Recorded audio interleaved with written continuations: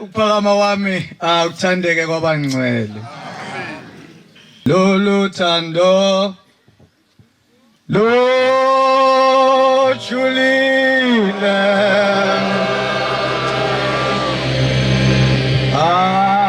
alunamandla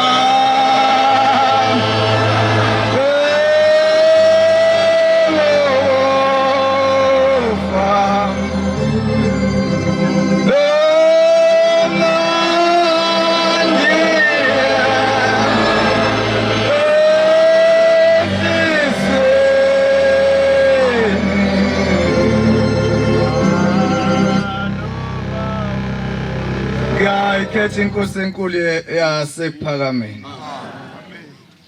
Ngibona isikhathi bangcwele kanti abafowethu abantwana bakaNkuluNkulu bakhulume kamnandi, angithandi kuba ngone kodwa ngithanda nje ukuthi lolu thando lo julile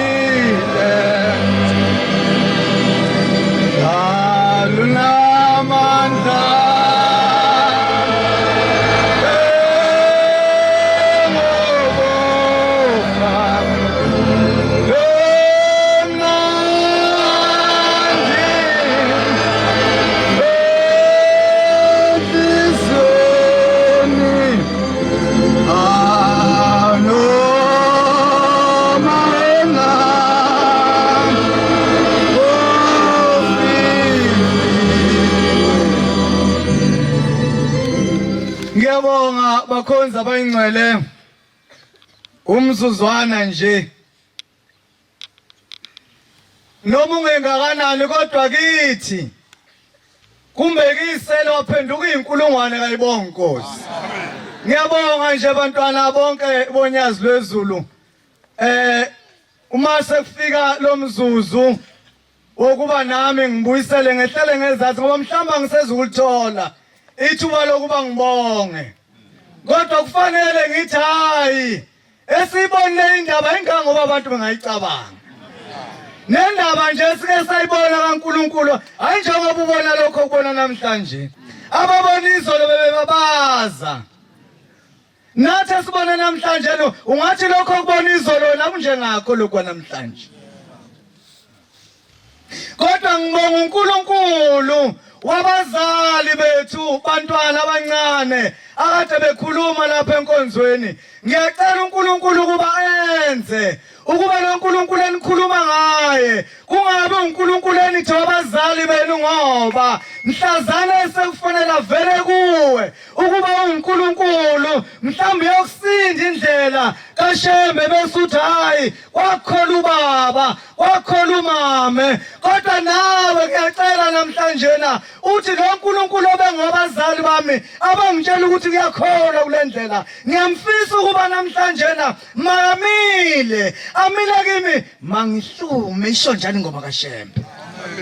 Muthi makamile mangihlume naye makahlume kuwe njengoba kade ukhuluma noma njengoba kade ulalele. Kodwa makahlume kuwe abe uNkulunkulu wakho ukuze ngelinye ilanga abantwana bakubazala bephilile ebese bethi uNkulunkulu kaBaba noma uNkulunkulu kaMama sebesho wena ngoba bakuzwa ukhuluma indaba ngelinye ilanga owayikhuluma kubo bafundisa uNkulunkulu basebebona ukuthi hawu kanti lo uNkulunkulu akuyena wabazali bami nami lo uNkulunkulu ungowami kayibonga Nkosi. Amen. Bengisukumela ukubonga.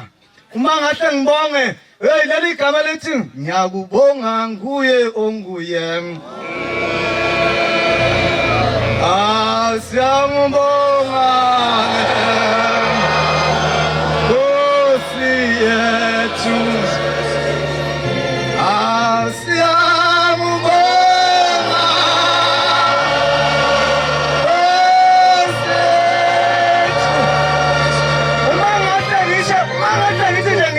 Uyazi ukuthi mina ngayiphatha inkonzo namhlanje nakusasa nangalelanga ngesaba no23 no14 no25 ngithi siyakubonga kuye onguye.